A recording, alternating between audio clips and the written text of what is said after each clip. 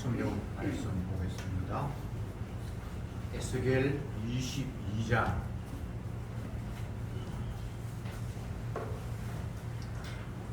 에스겔 22장 1절부터 16절까지 볼 텐데 중간에 좀 건너뛰어서 보도록 합시다. 22장 1절에 여호와의 말씀이 또 내게 임하여 가라사대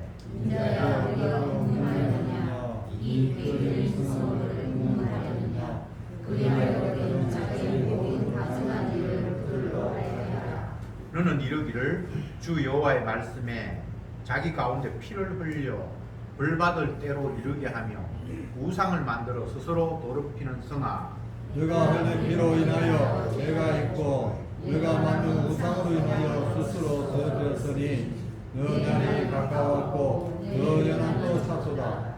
그러므로 내가 너로 이방의 능력을 받으며 망고의 졸거리가 되게 하였노라. 너 이름이 더럽고 어지러움이 많은 자여 가까운 자나 먼 자나 다 너희를 소롱하리라. 이스라엘 모든 남백은 각기 본세대로 피를 흘렸고 너 가운데 있었도다.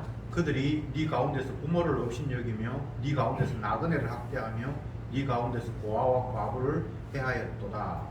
너는 나의 성문들을 추색했으며 나의 안식일을 더럽혔으며 건너뛰어서 13절에 너의 불의를 행하여 일을 얻은 일과 네 가운데 피 흘린 일을 인하여 내가 손뼉을 쳤나니 내가 너희의 보호하는 날에 너 마음이 견디겠느냐 네 손이 힘이 있겠느냐 나 여호와가 말하였으니 이르시라. 내가 너를 열국 중에 흩으며 각 나라에 해치고 너의 더러운 것을 네 가운데서 멸하리라. 네가 자기 바닥으로 너희를 보내서 수치를 당하느니 나를 여호와인 줄 알리라 하셨다. 아멘. 22장의 내용 가운데 세 부분으로 나누어서 말씀을 보도록 지금 준비를 하고 있습니다. 오늘은 그 첫 번째 내용, 이스라엘이 당해야 된다, 죄로 말미암아 심판을 당해야 된다라는 이야기를 22장에서 하고 있는데 그 대상을 셋으로 나누어서 말했습니다. 오늘 읽은 본문에서는 예루살렘 성, 그 성읍아 너희들이 범죄했다 이렇게 이야기를 하고 중간에 뒷부분 넘어가면 이스라엘 족속아 범죄했다, 마지막 끝에는 가나안 땅아 너희들이 범죄를 했다. 똑같은 대상인데 다르게 이야기를 해서 세 부분으로 나누어서 본문을 이야기하고 있습니다. 오늘은 예루살렘 성아 너희들이 범죄를 했다. 결국은 다 그들의 사람인데 예루살렘 성, 이스라엘은 예루살렘이 중심이고 그 예루살렘 성 중심으로 모든 국가가 돌아갔는데 그 성이 범죄하고 타락함으로 말미암아 하나님의 진노의 대상이 되었고 결국은 하나님께서 바벨론을 들어서 너희들을 심판할 것이다라는 내용을 에스겔 선지자를 통해서 일러주셨고 이 사실을 전하라고 말씀을 하셨습니다. 선지자도 똑같은 사람인데 같은 사람에게 좋은 이야기 하면 참 좋을 텐데 안 좋은 이야기만 선지자는 해요. 사람들이 듣기에는 선지자의 말은 안 좋은 소리밖에 없어요. 너희들 죄인이지, 하나님께서 너희들 벌하실 거야. 그러니까 우리는 어떤 경우에도 선지자의 말을 기쁘게 들을 수 있는 그런 상황은 못 됩니다. 사람이 주위에 친구가 많고 많은 사람들로부터 그 사랑의 대상이 되고 그렇게 하기 위해서는 남들에게 격려의 말을 하고 좋은 소리를 하고 칭찬해야 되는데 선지자라는 존재는 자기가 똑같은 사람이지만 같은 동료인 사람을 향해서 하나님의 관점에서 그들을 심판하는 이야기를 계속 쏟아부으니까 결코 환영받을 수가 없습니다. 주님은 계속해서 인간들에게 하시는 말씀이 너희들은 안 돼, 걸러 먹었어. 그 사실을 창세기에서 첫 사람 아담 그리고 하와에게 선포하셨습니다. 너희들 내가 원하는 거, 내가 하라고 하는 거 안 했잖아. 내가 하지 말라고 했는 거 너희들 했잖아. 그러니까 나 너희들하고 함께 할 수 없어 하면서 하나님이 계신 에덴 동산으로부터 그들을 추방해 버렸다라고 창세기에서 이미 시작을 했죠. 인류는 그렇게 시작이 됐습니다. 그래서 하나님은 에덴 동산에 계시고 거기 생명나무가 있는데 그 생명나무가 있는 곳으로부터 추방된 것이 아담 하와였고, 그러면 그 추방된 곳은 하나님이 안 계신 곳이고 생명나무가 없는 곳이잖아요. 그러니까 인간이 있는 이 땅은 주님이 안 계신 땅이고 생명나무가 없는 곳이고, 그걸 성경에서는 그냥 죄악 가운데 놓여 있다, 어두움 가운데 놓여 있다, 생명이 없다 라고 표현을 했습니다. 그래서 이 땅은 생명이 없어요. 무엇을 해도 거기에서 하나님이 기뻐하실 만한 요소가 없어요. 하나님은 생명나무를 기뻐하시는데 생명나무가 있는 곳으로부터 추방된 인간에게서 이 땅에서 무엇을 하든 그것은 생명나무를 만들어낼 수는 없습니다. 그래서 무엇을 해도 그것은 죄다라고 주님께서 이야기하셨습니다. 땅에 있는 것, 땅에 있는 것을 좋아하지 마라. 하나님께서는 그것을 기뻐하지 않는다. 사람의 손으로 드리는 것 하나님 받을 수가 없다. 계속해서 주님은 너희들과 나는 이제 더 이상 접촉할 수 있는 그런 접촉점마저 없어졌어. 에덴 동산에서 추방하고 난 이후에 하나님이 계시는 곳을 천사와 두루도는 화염검으로 완벽하게 담을 침으로 말미암아 완전히 분리된 상황임을 주님께서 말씀하셨습니다. 그래서 인간은 하나님이 계신 곳으로 갈 수도 없고, 지금 우리는 하나님이 계신 곳이 어디 있는지도 알지도 못하는 가운데 그냥 어둠 속에 놓여서 살아가는 구도, 이것이 하나님께서 말씀하시는 인간의 실상입니다. 성경은 계속해서 그 이야기를 반복하고 있습니다. 이사야 57장에서 악인에게는 평강이 없다 하셨느니라. 생명나무가 있는 곳으로부터 추방된 인간, 우리가 살고 있는 이 공간에는 평강이 없다 하셨느니라, 이렇게 말씀하셨습니다. 평강이 없어요. 여기서 평강이 있다라는 말은 다 거짓말이에요. 평강이 없으니까 늘 불안하고 자기도 모르게 공포에 떨고 있고 걱정하고 염려하고 많은 것을 가졌고 많은 사람으로부터 인기를 얻고 존경의 대상이 되고 아니면 뭐 큰 권세를 가졌거나 그런 사람들을 보면서 저 사람들은 좀 평안할까라고 생각할 수 있는데, 주님이 말씀하셨습니다. 악인에게는 평강이 없느니라. 아니 네가 그 사람 마음을 어떻게 알아? 네가 그 자리에 올라가 봤어? 올라가 볼 것도 없어요. 우리를 만드신 분이 하시는 이야기가 이 세상에는 평강이 없다라고 말씀을 하셨습니다. 그래서 평강은 오직 생명 되시는 그분만이 우리에게 줄 수 있는데, 내가 주는 평강은 세상으로부터 오는 그런 하고는 질이 다르다고 말씀하셨습니다. 마귀는 진짜 평강, 하나님께서 주시는 평강 말고 이 땅에도 평강이 있는 것처럼 자꾸 우리를 속이면서 돈이 많으면 평강이 있고 높은 자리에 올라가면 평강이 있고 뭐 이런 것처럼 자꾸 이렇게 속이는데, 내가 주는 평강은 세상이 주는 것하고 질이 다르다고 주님께서 말씀하셨습니다. 땅에서 있는 것들은 뭐 예를 들어서 목이 마르다. 그럼 물을 마시죠. 그러면 잠시는 이제 목이 마른 게 없는 것처럼, 갈증이 해소된 것처럼 느껴지죠. 근데 돌았으면 또 갈증이 나죠. 그게 세상이 주는 정도의 평강이에요. 그런데 주님께서 내가 주는 평강은 세상이 주는 것과 다른데, 그것은 네 뱃속에서 생수의 강이 벌벌벌벌 넘치는 것과 똑같다, 이렇게 말씀하셨어요. 목은 마른데 세상에서는 목마르니까 물 마시는데 돌아서고 나면 또 목마르고 또 마르고 또 마르고 이런 관계고, 주님께서 해결하시는 방법은 네 속에서 생수가 슬슬 흘러 넘쳐서 더 이상 목마름이 없는, 그게 주님께서 주시는 평강이다 라고 말씀을 하셨습니다. 예레미야 선지자가 이스라엘 백성들을 보면서 너희들이 두 가지 큰 죄악을 범하고 있는데, 하나는 생수의 근원 대신 하나님을 버린 것과 또 다른 하나는 스스로 생수를 얻으려고 우물을 파는 것이다 라고 이야기했습니다. 사실은 한 가지죠, 그죠? 왜 사람들이 우물을 파죠? 목마른 거 해결하려고. 그런데 정작 우물로 우리의 목마름을 해결할 수는 없잖아요.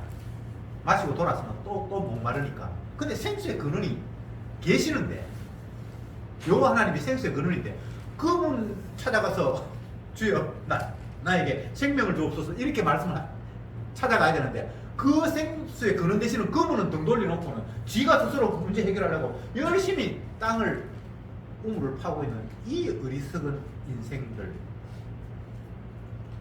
이게 하나님의 관점에서 본 인간들의 실상입니다. 다시 오늘 본문으로 돌아가서 2절에 인자야 에스겔에게 하신 말씀, 네가 국문하려느냐, 이 피 흘린 성읍을 국문하려느냐, 그리하려거든 자기의 모든 가정한 일들을 그들에게 알게 하라. 에스겔은 하나님의 입장에서 이스라엘 백성들에게 국문하라, 취조하라, 그들의 죄를 막 지적하라라고 말씀을 하시면서 그들의 완악함, 그 성읍이 얼마나 가증스럽고 악한가를 그들에게 말해서 그들을 신문해라, 취조해라, 심판해라, 이렇게 하나님이 말씀을 시작하고 있습니다. 피 흘린 성읍. 예루살렘 성은 오로지 주님의 주되심을 드러내기 위해서 제물의 피가 흘러야 하는데, 인간들은 그 제물의 피가 아닌 사람이 사람을 죽이고 착취하고 피를 내서 자기의 삶을 더욱더 풍족하게 하려는 그런 엉뚱한 피 흘림이 이 거룩한 성에서 지금 벌어지고 있다는 겁니다. 이것을 다른 성경에서는 가옥에 가옥을 더하고 전토에 전토를 더하고, 집이 있는데 더 넓은 집, 더 큰 집 한 채 더 하기 위해서 그들이 취하는 행동은 결국은 약한 자를 피 흘리는 일 말고는 다른 방법이 없어요. 남의 것을 빼앗는 거 말고는 다른 방법이 없어요. 아니, 정당한 경제생활을 해서 집 한 채 더 사는데요, 그럴 것처럼 보이잖아요. 최근에 뭐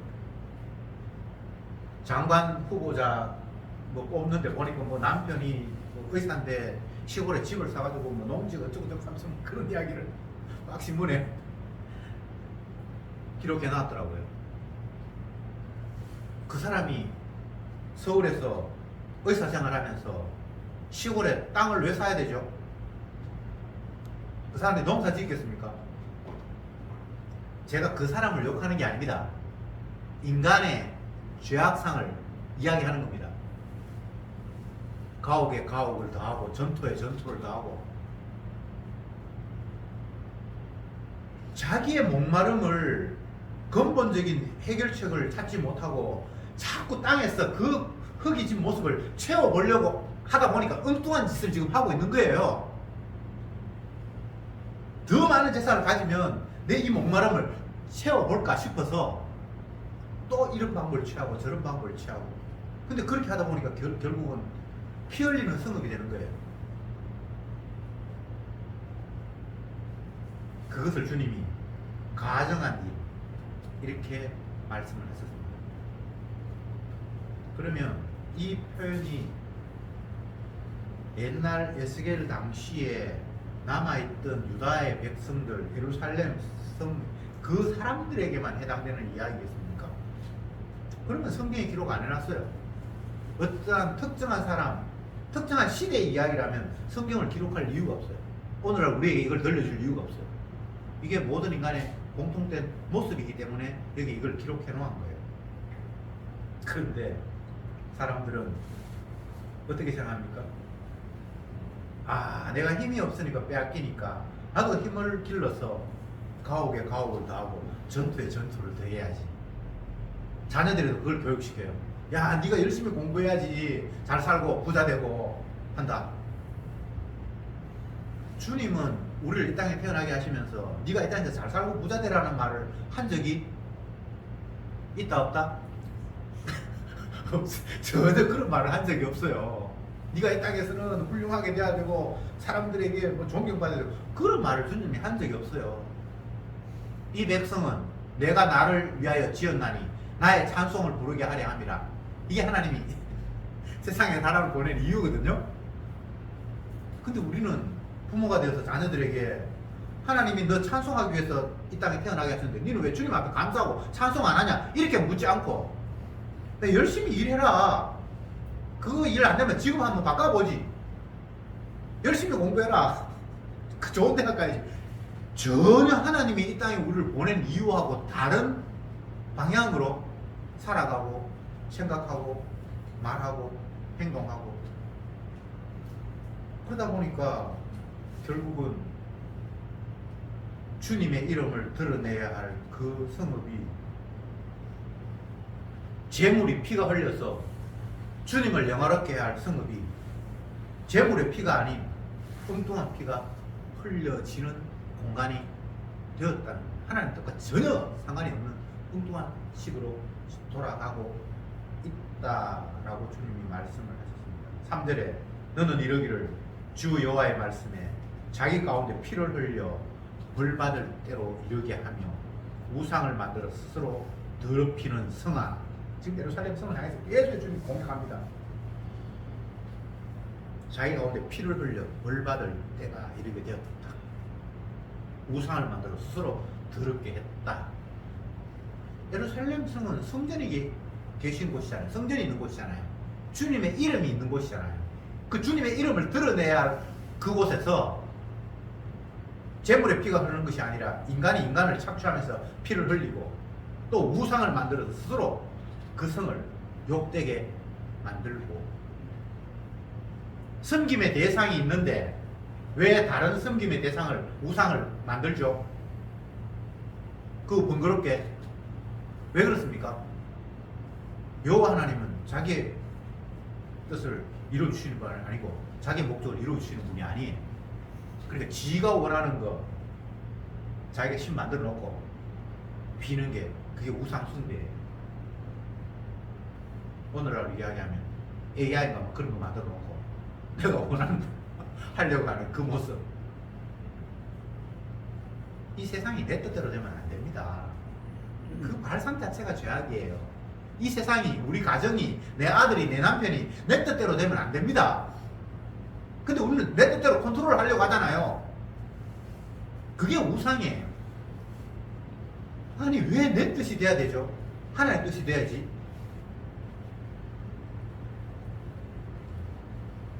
계속해서 오류에, 착각에 빠져서 살아갑니다. 왜 그렇습니까? 지금 마귀에 사로잡힌 거죠. 이유가 뭐 딴 게 아니에요. 하나님께서 이 세상의 인간들을 어떻게 규정하는가? 집을 짓는다고 하면서 전문 건축가가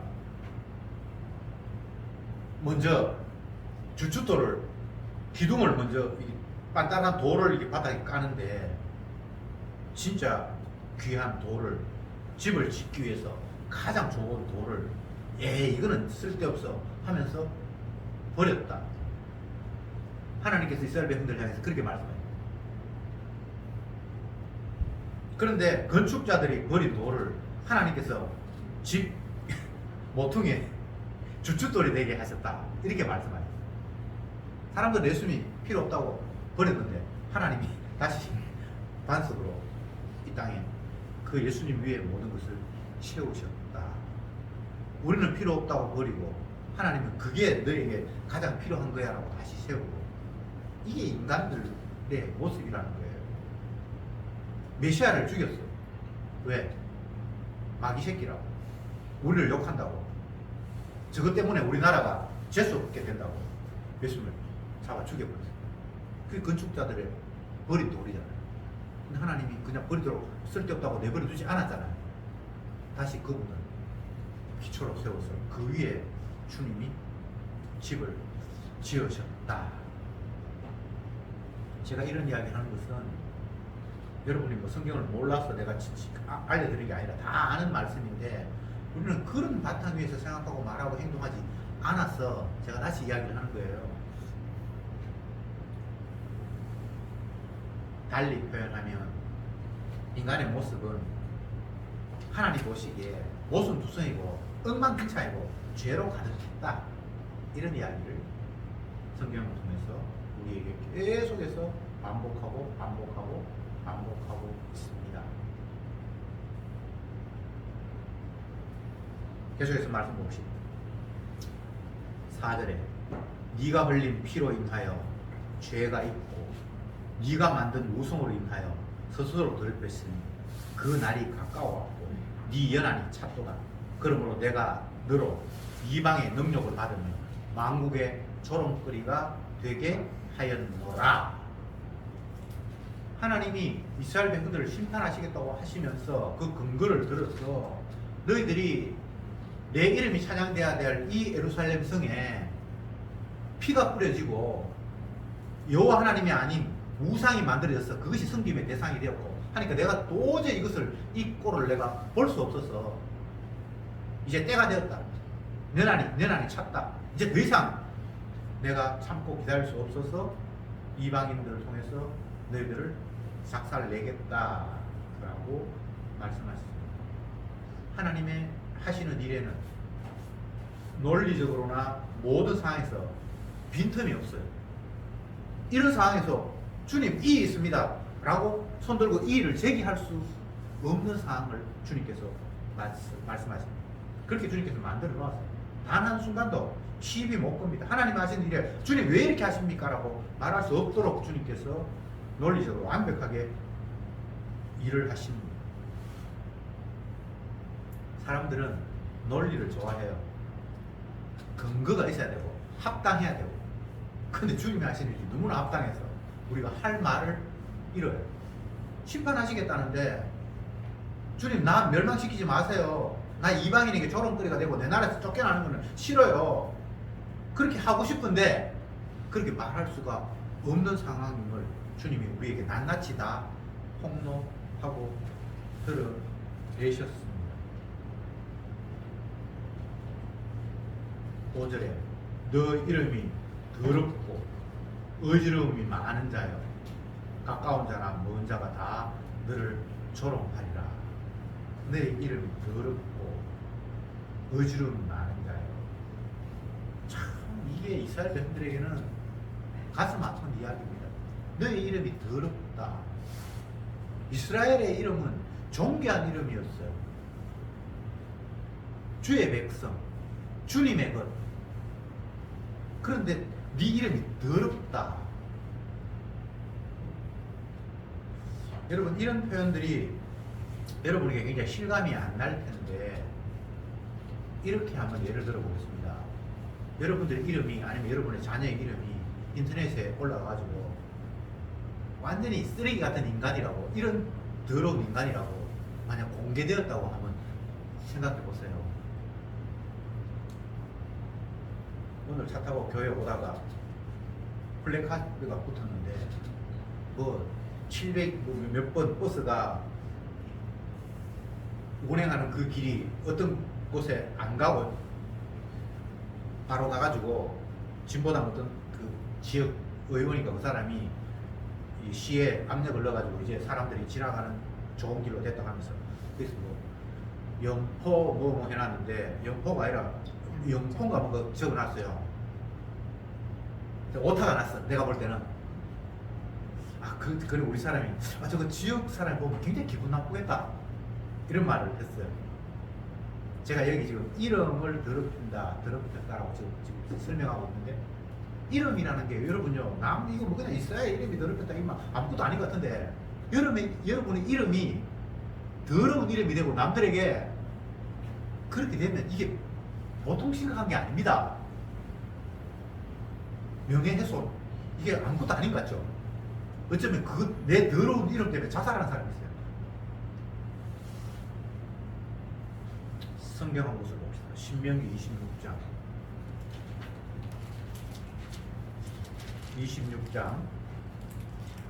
19절을 한번 보겠습니다. 신명기 26장 19절 같이 읽어봅니다. 시작. 여호와께서 너를 칭찬과 명예와 영광으로 그 지으신 모든 민족 위에 뛰어나게 하시고 그 말씀하신 대로 너로 네 하나님 여호와의 선민이 되게 하시리라. 너의 칭찬, 명예, 영광으로 모든 민족 위에 뛰어나게 하신다 이렇게 돼 있잖아요. 그런데 이 에스겔 시대에 와가지고 이 신명기 줄 때는 하나님께서 그들을 막 출애굽해가지고 모세가 죽기 전에 광야에서 준 이야기거든요. 네 이름을 영화롭게 하고 그리스도 이름으로 뛰어나게 하고 이렇게 돼 있는데 여기서 에스겔 시대에 와가지고 네 이름이 더럽고 이렇게 됐다 이 말입니다. 처음부터 그 이름이 더러웠으면 괜찮은데 하나님께서 그를 불러서 네 이름이 영화롭고 존귀하고 이렇게 해주신다고 말씀을 하셨는데 이들이 범죄함으로 말미암아 이제는 너의 이름이 더러워서 내가 도저히 그냥 묵과할 수 없다는 이야기를 하시면서 가까운 나라나 먼 나라나 내 이름을 조롱할 거다. 그 이스라엘 유다 참 더러운 새끼들이야. 이렇게 조롱하겠다고 주님께서 말씀하신 거예요. 여러분 이거 가벼운 거 아닙니다. 여러분의 이름이 여러분의 자녀의 이름이 이웃에 누구에게 조롱거리가 되고 저주거리가 된다면 그게 그냥 평범한 이야기겠습니까? 이거 어쩌면 재산이 날아가는 것보다 더 심각한 문제예요. 이름이 조롱거리가 된다는 게. 6절에 이스라엘 모든 방백은 각기 권세대로 피를 흘리려고 네 가운데 있었도다. 방백이라는 말은 고관, 권세자들인데 그들이 이 예루살렘 가운데 있어서 권세를 가지고 피를 흘렸다. 이렇게 하나님께서 고발하고 있습니다. 피를 흘렸다. 피를 흘렸다. 원래 피조물은 또 다른 피조물에 피를 흘릴 수가 없어요. 레위기에 보면 그렇게 돼 있어요. 살인은 안 되거든요. 다만 피를 흘릴 때는 하나님 앞에 제사 드리기 위해서 지정된 제물의 피만 인간이 흘릴 수 있어요. 그런데 인간이 또 다른 인간의 피를 흘리고 그게 권세가 있었으니까 권세자가 힘없는 사람에게 피 흘리는 곳이 된 이 예루살렘 성읍, 그러니까 하나님이 화를 안 낼 수가 없는 거예요. 멸망시키지 않으면 안 되는 그런 환경이 지금 만들어진 거예요. 그러면 에스겔 시대에 이 시대에만 이게 지금 유효한 겁니까? 오늘날은 어떻습니까? 오늘날도 똑같아요. 힘 있는 사람이 자기 힘을 가지고 약한 사람을 짓밟고 피 흘리게 하고 그렇게 함으로 말미암아 더욱더 자기의 소유를 많게 하는 거예요. 그게 이 세상 돌아가는 모습입니다. 7절에 그들이 네 가운데서 부모를 업신여겼으며 네 가운데서 나그네를 학대하였으며 네 가운데서 고아와 과부를 해하였도다. 나그네, 고아, 과부 이들은 약한 자들이기 때문에 이스라엘에서는 보호의 대상이에요. 긍휼의 대상이에요. 근데 약한 사람들을 짓밟아서 해했다. 약한 사람을 짓눌러야 그 약한 사람이 가진 것 하나 빼앗는 거예요. 다윗이 그 신하 우리아의 아내를 범했을 때에 나단 선지자가 찾아가서 하나님의 뜻을 이야기할 때에 나단 선지자가 뭐라고 이야기합니까? 어떤 부자가 집에 양이 수백 마리가 있는데 그 집에 어떤 친구가 찾아왔어. 그런데 그 친구 대접한다고 옆집에 양 한 마리밖에 없는 그 집 양을 빼앗아 와가지고 그를 죽여서 대접을 했어. 그 다윗이 그 이야기 듣고 막 화가 나가지고 이스라엘 가운데 그런 사람이 있습니까? 그런 사람들 저주받아야 됩니다. 그래서 네가 바로 그 사람이야라고 그렇게 하나님께서 말씀하셨잖아요. 자기도 모르는 사이에 하나님의 은혜 안에 바르게 서 있지 못하면 나도 모르는 사이에 그런 식으로 살아가게 되어 있어요. 아무것도 아닌 것 같아요. 왕이 되어서 남의 아내 한 사람 취하는 게 뭐 그래 큰 대수인가? 다윗은 아마 그렇게 생각했을 거예요.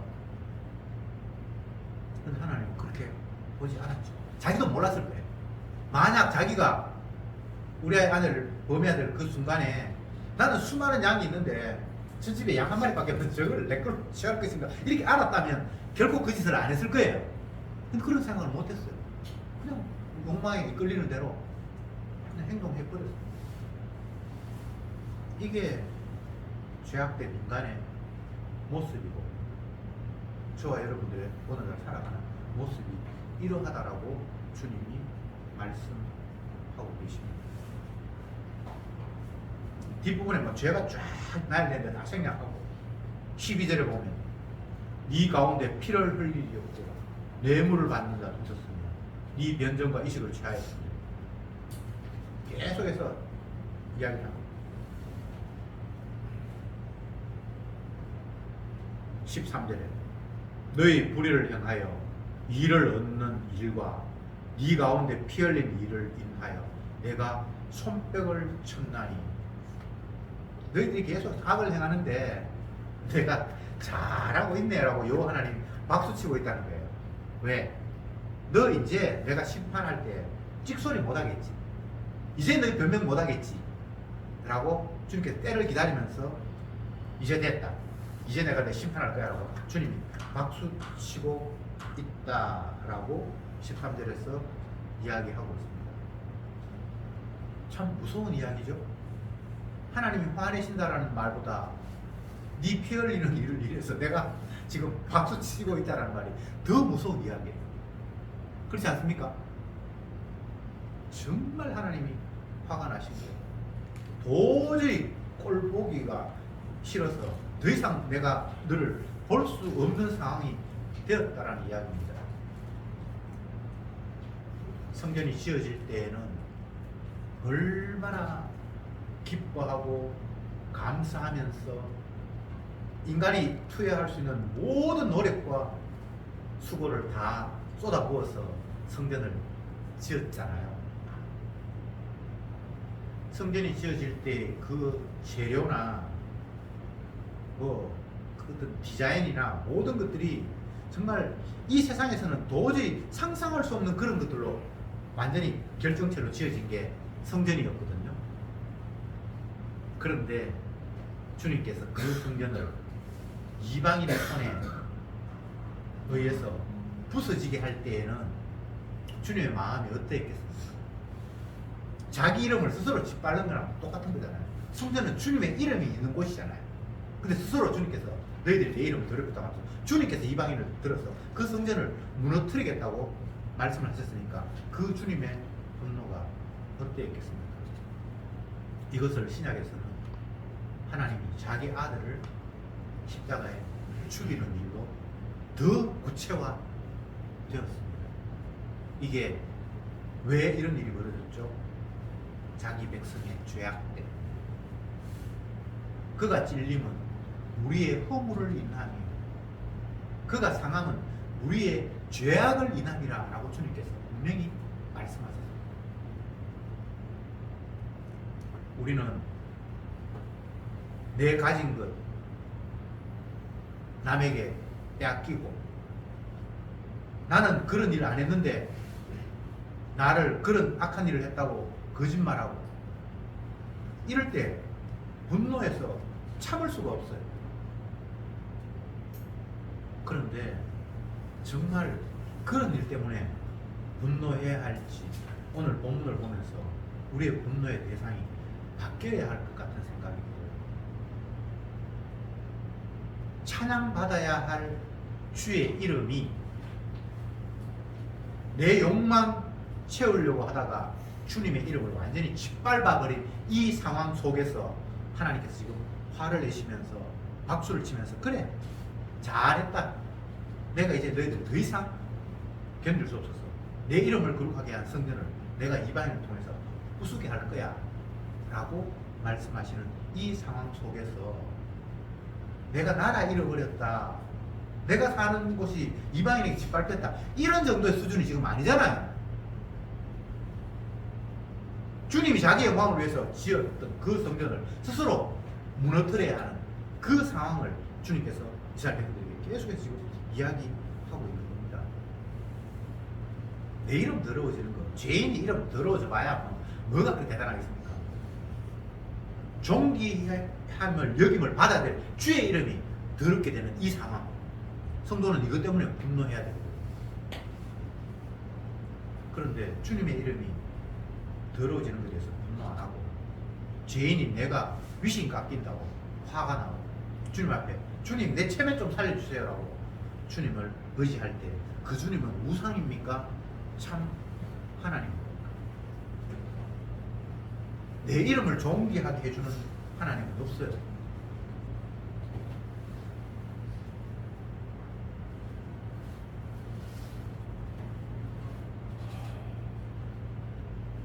(16절을) 봅시다. 네가 자기 까닭으로 열국의 목전에서 추치를 당하리. 추치를 당한 이유가 네가 자기 까닭으로 열방에게 목전에 수치당한다 했습니다. 수치당하는 일이 다른 이유가 아닙니다. 네 때문에, 네 죄악 때문에 네가 수치를 당한다는 거예요. 그러면서 마지막에 나를 여호와인 줄 알리라 하셨다. 이렇게 하시는 분이 바로 진짜 하나님 여호와다 라는 걸 네가 알아라. 그러니까 주님은 자기 자신을 계속해서 알리고 싶은 거예요. 내가 주인이라는 거예요. 너희들은 어떤 하나님을 숨기는지 모르겠는데 진짜 하나님인 나는 범죄한 그들을 용납하지 않고 심판하고 그렇게 함으로 말미암아 내가 내 이름을 스스로 지키는 하나님이 진짜 하나님이야. 범죄하는데도 불구하고 심판하지 않고 복 주는 거, 그거는 너희들이 만든 우상이지, 그건 하나님이 아니야. 너희들은 마땅히 내 약속에 의해서 심판받아야 해. 범죄하는 그들에게 심판하는 하나님이 진짜 하나님이야. 내가 너희들에게 진짜 하나님을 보여줄 거야 라고 하면서 너희들이 멸망할 거다라고 말씀하셨습니다. 단순히 생각하면 멸망받는다는 게 너무나 끔찍하고 두려운 일이어서 이런 일이 없었으면 좋겠다라는 생각이 드는데, 더 깊이 들어가면 하나님의 말씀은 반드시 이루어지는구나, 그 사실이 나 아닌 저 다른 먼 데서 이루어지는 것이 아니라 온 몸을 통해서 내가 거기에 합류됨으로 말미암아 주의 말씀이 성취되는 주님의 도구로 내가 이용되는구나를 생각한다면 이게 너무나 놀랍고 감사한 일이에요. 내가 말씀화되는 거죠. 말씀이 나 외에 객관적으로 저 멀리 떨어져 있는 게 아니고 하나님의 말씀이 말씀대로 되어지는 일에 내가 같이 도구로 활용이 되면서 주님이 자기 말씀을 이루기 위해서 나마저도 활용하시는구나 라고 본문을 확인할 수 있는 겁니다. 모든 사람이 죄를 범했다. 그렇기 때문에 심판받는다. 의인은 없나니 하나도 없다. 그래서 죽는다. 한 번 죽는 것은 하나님이 정하신 것이다. 이게 화가 날 일이 아니라 하나님의 말씀이 성취되는 일에 나도 거기에 집어넣어서 말씀화되게 하시는 그 주님의 능력을 보면서 우리는 감사해야 돼요. 모든 사람이 죄를 보면서 하나님의 영광에 이르지 못합니다. 그게 끝이 아니고, 그러나 그리스도 예수 안에서 값없이 의롭다 하심을 받는 자가 있다 라고 이야기합니다. 모든 인간이 죄 때문에 주님의 근처에도 못 가는데 값없이 의롭다고 해서 그 죄가 인정도 안 받는 그런 자가 생겼다 라고 말씀하십니다. 그걸 이야기하기 위해서 멸망받아야 할 이스라엘을 계속해서 이야기하는 거예요. 주님의 일하심은 다른 게 아닙니다. 자기 자신이 주라는 사실을 드러내면서 어떤 공간에도 내가 주가 되어서 내 뜻을 알리는 일 말고 다른 일은 단 한순간도 펼쳐지는 일이 없단다. 세상의 모든 일들은 내가 주라는 사실을 드러내기 위해서 지금도 그렇게 다 움직여지는 거란다 라고 주님이 보여주시는 거예요. 신약으로 이야기하면 예수님의 십자가를 드러내기 위해서 세상은 지금도 부지런히 움직이고 있습니다. 우리가 움직이는 것 같아도, 권력자가 움직이는 것 같아도, 힘 있는 나라가 힘 약한 사람을 침략하는 것 같아도 그것이 주님의 주되심을 이루기 위한 과정 속에서 펼쳐지는 일이라는 사실을 깨달을 때에 성도는 내 나라 망한다, 내가 이방 나라에 포로 되어 간다, 이런 육적인 관점에서의 문제를 바라봄이 아니라 언약의 관점에서 범죄한 자는 하나님 앞에 심판받는 게 지극히 당연하구나. 그래서 나는 멸망받아야 되는구나. 나는 죽어야 마땅하구나. 근데 그것으로 끝이 아니라는 거예요. 값없이 의롭다 하심을 받는 예수 그리스도로 말미암아. 그게 모든 사람이 죄를 범하여서 하나님의 영광에 이르지 못한다는 말 바로 뒤에 나오는 하나님의 약속이에요. 그러니까 우리는 앞에 이것만 지금 생각하면서 이 본문을 보면 절망적이죠. 그죠? 그렇잖아요. 죄 지었다, 하나님이 심판하신다, 이것만 있으면 이건 절망이에요. 그런데 그 뒤에 예수 그리스도로 말미암아 값없이 의롭다 하심을 받는 자가 있다는 사실 앞에 우리는 다시 한번 주님의 심판하심이 얼마나 큰 사랑인가를 깨닫게 됩니다. 내가 만약 심판받아야 될 대상이 아니라고 생각을 한다면 구원했다라는 말이 좀 시시할 수가 있어요. 그렇잖아요. 뭐 심판받을 사람 심판받고 나는 그 정도 안 돼서 하나님께서 나를 구원하시는 값다, 이렇게 생각하면 그 구원이 진짜 구원값을 못해요. 하나님은 자기 백성을 구원하시는 일에 이게 얼마나 엄청난 긍휼과 사랑과 은혜인가를 최대한 크게 보여주는 일을 위해서 우리를 모두 심판의 대상이라고, 너희들은 저주받아야 한다라고 말씀하시기 위해서 오늘도 에스겔을 통해서 우리에게 이 말씀을 들려주는 겁니다. 죄인이 심판받아야죠. 주님을 높여야 할 예루살렘이 내 이름 높여지려고 한다고 하고 해서 우상 만들고 엉뚱한 피를 흘리게 한 이 삶이 계속 지속돼야 되겠습니까? 하나님 부셔버려야 되지 않겠습니까? 더 이상 그 삶이 지속되지 않도록 하나님께서 뭔가 조치를 취해야 되지 않겠습니까? 근데 뭐가 불만입니까? 아이고 자꾸 약해져 가는데 왜 하는 일은 이렇게 안 되노? 안 되는 게 정상이에요. 계속 되면 계속 내 이름 높아지고 계속 피를 흘리는 일이 반복되는데 더 이상 주님을 욕되게 하는 일이 지속되지 않게 하기 위해서 하나님이 우리 하시는 막을 때 이것으로 인하여 내가 여호와인 줄 알리라 라고 자기 자신이 살아계셔서 당신의 뜻을 펼치시는 그 일 속에 우리가 포함되어 있다는 사실 앞에 감사할 수 있기를 바랍니다.